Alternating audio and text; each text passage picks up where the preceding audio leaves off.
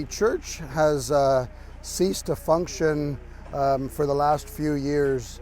So the parish in Pembroke had decided that they wanted to get rid of the house and the hall. So I offered to move it to a lot that I've owned down the road for quite a few years now. It's just in the process now. I'll feel better after a few hours, but it's been a long time. I think we started the process in about February or so to get all the permits. There's a lot involved in actually moving a building, probably as much or more than building, but you have to get the sort of the same permits and such. So it's taken a while, but I have a very good contractor friend, John LaCourse, that's been amazing in helping me out and making it so much of a more manageable situation for me.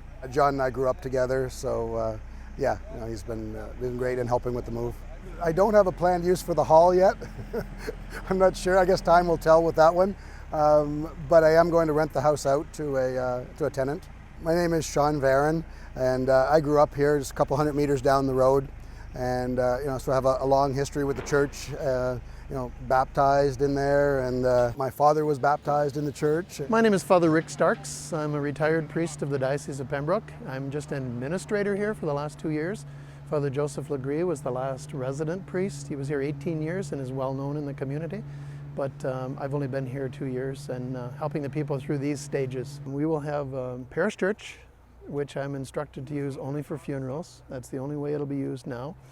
And of course we have a perpetual obligation to honor the deceased of the community. So we will be caring for the cemetery on a long-term basis, I think Griffith has around 100 people or so.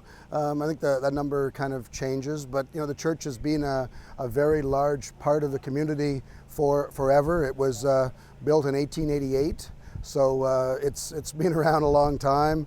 The house was erected shortly after. Don't have an exact date, but they believed it's about 100 years old, the house. Very, very well built, as you can imagine. The framing underneath, the movers are always astonished how well it was constructed. A lot of it is related originally to the log drive going down the Madawaska and the arrival of people for that. That's what built up the community. If you look in the registers, there are many Francophone names, many more Francophone than any other culture. So they would be associated with the log drives. It feels good to know and to hear stories from people knowing that the house wasn't going to be demolished, and a lot of the people in Griffith are very happy that it's being just displaced down the road somewhat. So the house that, as I said, no one probably ever remembers that house not being here. So at least it's not going too far. It'll have sort of the same setup a couple hundred meters down the road. So we worry that the whole sociology is disrupted considerably when you take away this kind of a institution, right? So many people affiliated with the structure, they know exactly where the Thompsons sat and where the Starkses sat, but the church is not really buildings, it's the people assembled, and we still have a continuing stewardship for the people and their spirituality, whether or not there's any buildings.